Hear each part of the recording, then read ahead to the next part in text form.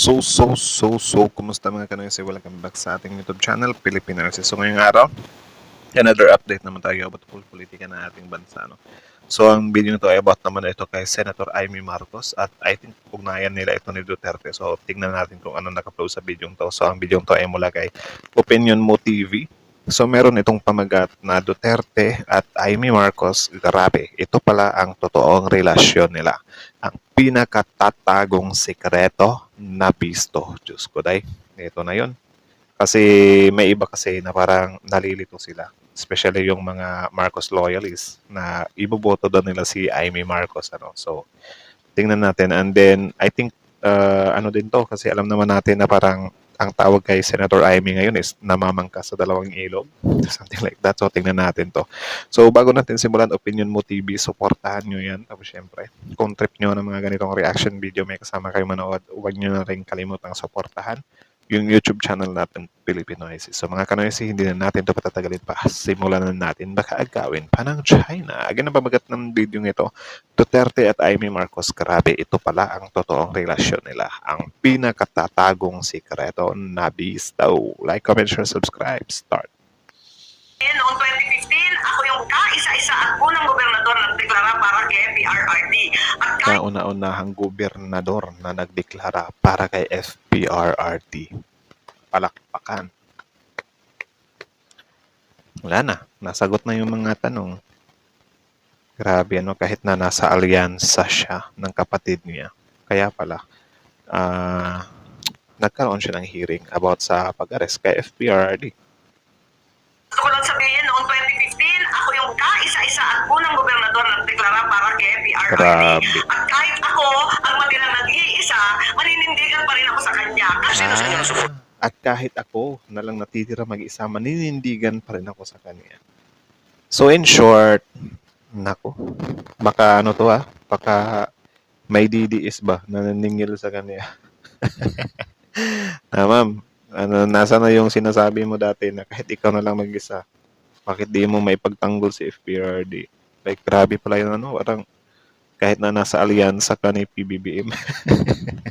Actually, mahirap din magbigay ng pangako talaga. Kasi, man. Sabi niya, kasi po ano, wala akong barangay captain, wala akong congressman, wala akong pera. Si Amy pa ang nagbigay, Sabi niya, inutang daw niya. At si Amy supported me. Grabe si Amy, oh. Mas kinikilig pa siya kay FPRRD kesa kay PBBM, Man. Bakit nga ba mga idol sobrang lapit ng dalawang ito, si Senador Amy Marcos ang dating Pangulo na si Duterte? Ano ang dahilan mga idol ng kanilang pagiging malapit sa isa't isa? Bakit gano'n na lamang pasalamatan ni dating Pangulo si Amy Marcos? At bakit gano'n na lamang mga idol ipagtanggol ni Amy Marcos si dating Pangulong Duterte? Ito ang ating alamin mga idol dito lamang sa Opinion Mo TV. Subscribe niyo yan, Opinion Mo TV. You are watching Opinion Mo TV. Ayun nga mga idol kay Duterte, tanging si Amy Marcos lamang daw di umano nga ang tumulong sa kanya noong nakaraang eleksyon kung saan ay naipanalo niya ang pagiging presidente. Na ayon pa nga mga idol kay Amy Marcos ay hindi lamang noong 2016 sila Iba nagkakilala. dito kasi si Amy lang daw yung tumulong kay FPRRD. Pero ang labas ngayon, parang si Amy pa yung may utang na loob kay FPRRD. Diba? Kasi tinutulungan niya si FPRRD. Wala lang, gusto niya lang talagang tulungan. I think, ano ba yan, dahil sa friendship, ganun. So, yung nila, connection nila ni PBBM bilang magkapatid, wala. Tanggal mo na yan, mas importante yung friends ko. Actually, okay lang naman talaga, men. Okay lang naman talaga na suportahan ni Senator Amy si FPRRD. Diba? Para sa akin, okay lang naman talaga. Basta lang sana, hindi siya kakarga dun sa alyansa ni PBBM. Diba? Sa slate of senators ni PBBM. Diba? Para walang conflict. Diba? Para, hindi ka mabansagan na namamangka sa dalawang ilog. Dapat from the start, never naging member ng alyansa si Senator Amy, diba? Or maybe baka issue din kasi. Baka bibirahin din naman sila ng DDS na parang, ano ba yan? PBBM, paano mo tawag dyan? Paano mo maipagkakaisa ang mga Pilipino kung kayo nga mismo ng kapatid mo hindi nagkaisa? So I think meron din yan. Pwede din yun na factor kung bakit nandun si Senator Amy sa slate ni PBBM. Ang gulo, no? Pero para sa akin, mas better na wala na lang si Senator Amy sa alyansa. Diba? Bahala na yun kung magkadugo sila tapos magkaiba sila ng paniniwala kasi normal lang naman talaga magkaroon ng magkaibang paniniwala. Hindi naman ibig sabihin na magkaiba kayo ng paniniwala is magkagalit na talaga kayo, something like that. Magkaiba lang kayo ng paniniwala. Diba? Ni Duterte. Naayon pa nga mga idol sa dalawang ito kay Rodrigo Roa Duterte at kay Amy Marcos. Sila ay nanatiling magkaibigan dahil sa nakaraan ng kanilang mga ama. At ito na nga marahil nga mga idol ang pagkakaibigan nila ni Amy Marcos ang dahilan kung bakit ipinalibing niya sa libingan ng bayani ang ama ng mga Marcos. Ito ay dahil sa pagkakaibigan nila ni Amy Marcos at utang na loob nga mga idol ang ating nakikitang dahilan kung bakit ginawa ito noon ng dating Pangulo. At Okay. So, utang na loob. Tsaka bakit utang na loob? Ano naman yan? Need naman talagang ilagay sa libingan ng mga bayani yung mga presidente. Kahit naman siguro si FPRRD, since meron nga siyang nalabag, crime against humanity, if ever, for example, mag-guilty siya. Kung if ever mag-request yung family, or na parang ipapalibing nila si FPRRD sa libingan ng mga bayani, wala tayong magagawa doon. 'Di ba? Kasi parang nila yun parang perks nila yun bilang isang presidente. Ganun? I don't know. naman mga idol kay Amy Marcos. Ang lahat ng ginagawa niya sa pagtatanggol kay Duterte ay dahil sa utang na loob niya. That's the credit or something like others don't get. That's the family. It's Ferdinand Marcos and the nation. Sir, why do you think he deserves to be in the libingan ng mga Because he was a great president and he was a hero. Ano yung sabi nila na hindi na totoo wala naman na silang pinapalabas na except that matter statement. Naging maayos nga Kasi sana sa hero. Diba? Okay naman yung statement niya. mga idol ang takbo ng pagkakaibigan ng pamilyang Marcos at Duterte hanggang sa ngayon, kung sana ay wala silang mga kasama sa kanilang mga politika, sa kanilang mga paligid na sulsol na siya nga pinapakinggan nga mga idol na magkabilang panig upang magkaroon ng hidwaan at hindi pagkakaunawaan at tuluyang magkawatak-watak ang magkaibigan.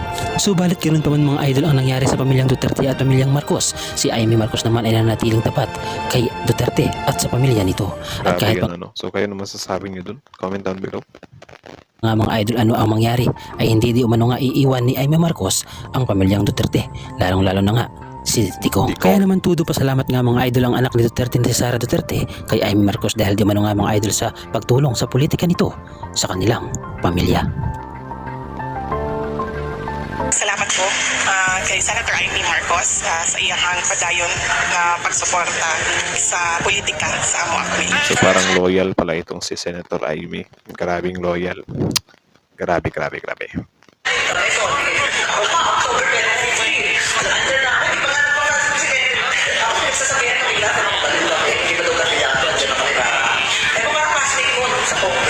Hindi malinaw.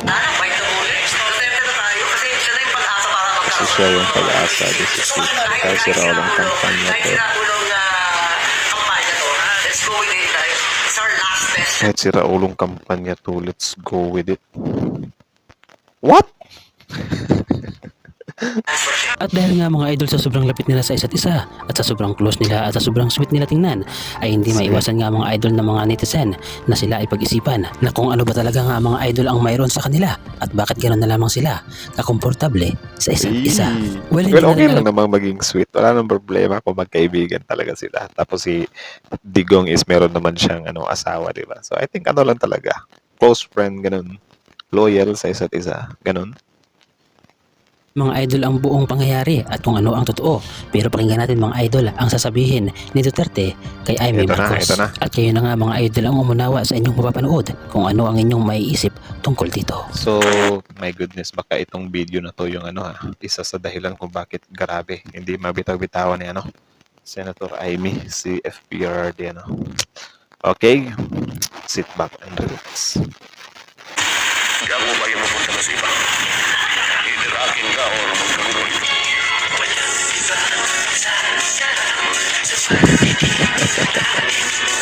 Marami ang Sinang kinikilig nga mga idol kapag nagsasama ang dalawang ito at kapag nag-uusap dahil sa aking tagline nila mga idol na kaswitan sa isa't isa. At kitang-kita naman mga idol sa kilos ni Amy Marcos na siya ay kinikilig habang sinasabi ni Duterte ang mga katagang Grabe naman to si Opinion Mo TV. Kinikilig ba yan? Baka wala lang. Ganyan lang siya way tumatawa.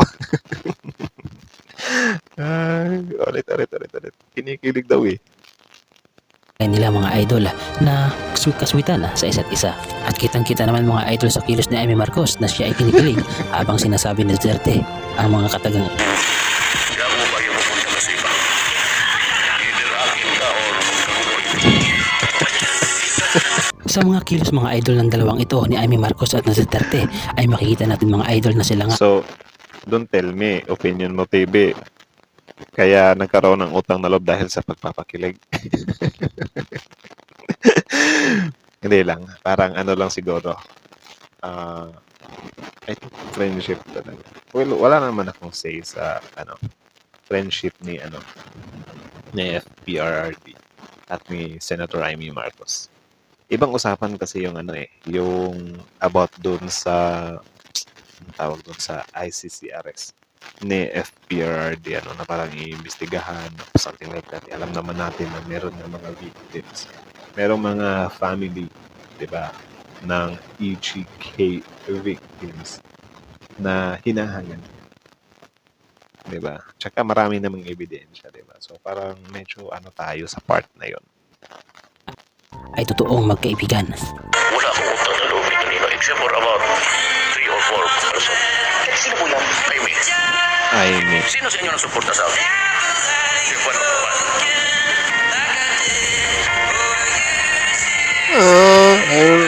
Octopan. Wala akong pera. baka maka-copyright tayo dito ha. Si Amy pa nagbigay. Sabi niya, inutang daw siya. At si Amy supported. Kilig din talaga si Senator Amy par. Iba yung nila. Aura, yung chemistry nila ng FPRRD. My goodness. Kaso, wala eh. Yung kapatid mo, admin ngayon eh. Di naman pwede yung diba? Na parang, my goodness. Mahirap yun. Kaya nga si Senator Cayetano din, hindi din tayo magugulat kung bakit isa din siya sa nakilahok. Kasi alam naman natin na si Senator Cayetano is siya din yung vice ni FPRRD dati. Diba?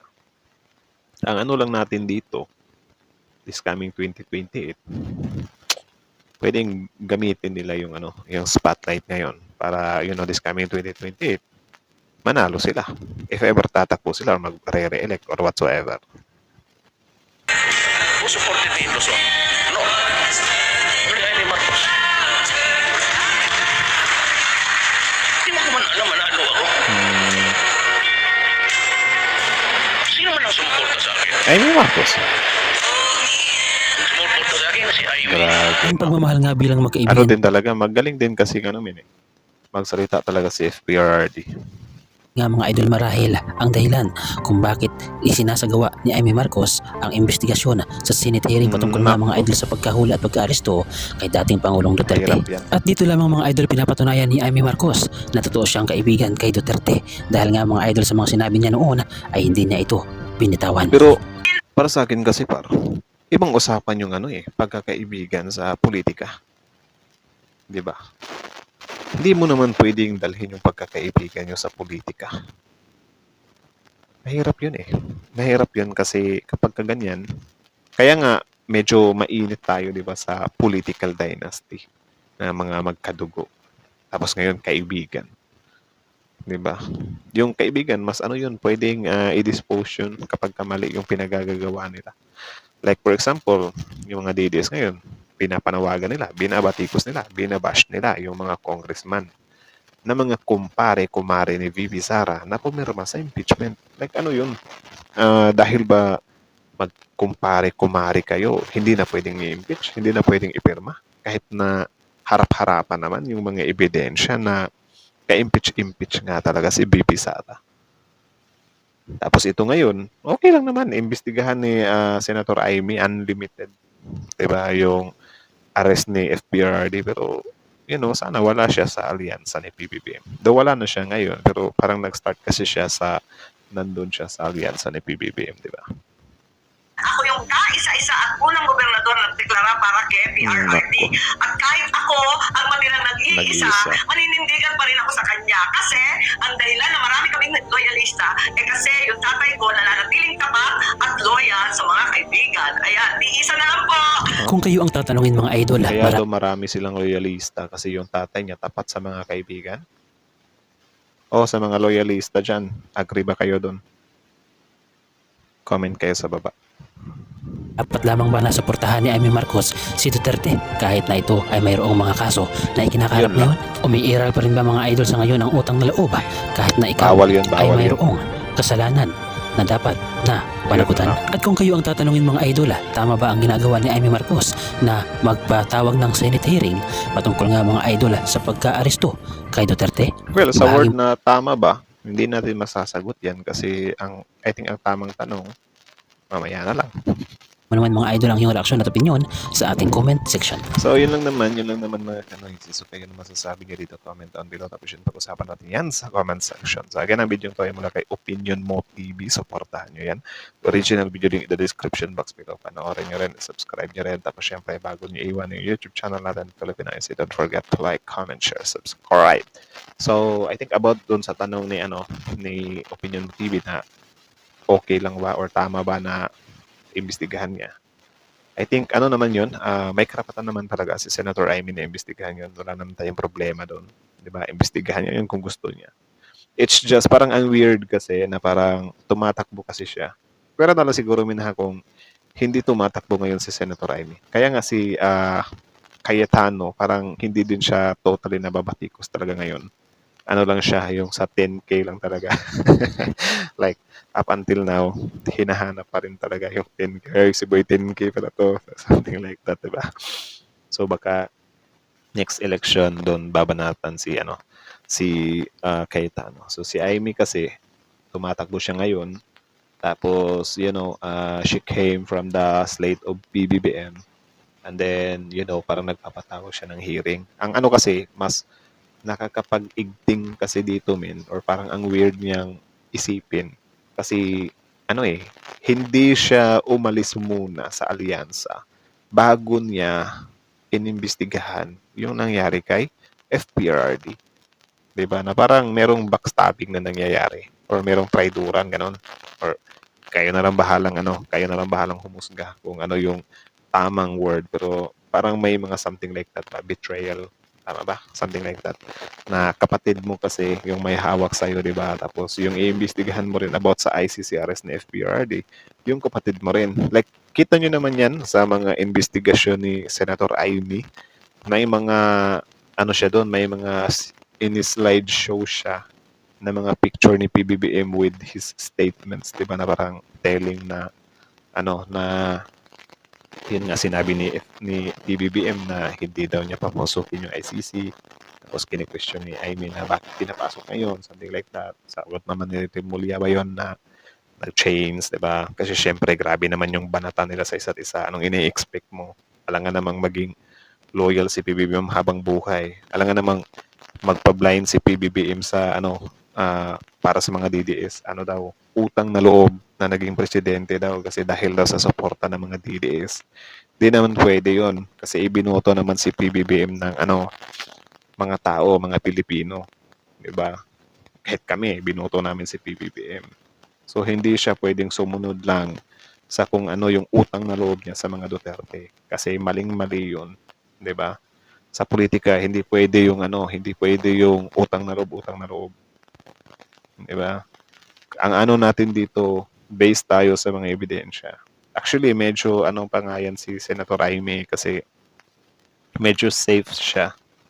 Kasi yung arrest kay FPRRD, medyo siya, di ba, na parang, maraming yung tao na hindi na-satisfy. Kasi, yan nga, about dun sa Rome Statute, about dun sa hindi natin pagkabilang sa ICC. Which is, kahit ako naman, hindi ko talaga siya masasabi totally kung tama ba or mali yung arrest ni FPRRD kasi yung mga pinapanood ko na mga attorney dito sa social media, mga attorney vloggers, is magkaiba din sila ng pananaw. So, sino ba naman ako para magbigay ng opinion na parang mali yung pagkakahuli kay FPRD o tama yung pagkakahuli kay FPRD. Kung yung mga abogado nga na nag-aral ng batas, magkaiba nga sila ng opinion. 'Di ba? Sa atin na lang dito, hintayin na lang natin na lumabas talaga yung katotohanan. 'Di ba? Kung may managot soon, edi panagutan din nila. Hindi din natin ito tolerate yun. Pero, yun nga, yung argument naman na parang bakit daw mas inimbestigahan ni Amy yan, hindi niya nagawang imbestigahan yung mga family ng victim ng EG case. Parang, yun, doon siya kine-question ng taong bayan, di ba? So, parang ang gulo-gulo tuloy. So, yun lang naman. Kayo, ano masasabi nyo sa loyalty? Di ba? Umaapaw na loyalty ni Senator Amy Marcos kay FPRRD Duterte. Comment down below. Tapos yun, pag-usapan natin yan sa comment section. So, I think hanggang dito na lang muna. Opinion Mo TV, supportahan nyo yan. Tapos syempre, Filipino IC, don't forget to like, comment, share, subscribe. Filipino IC is out.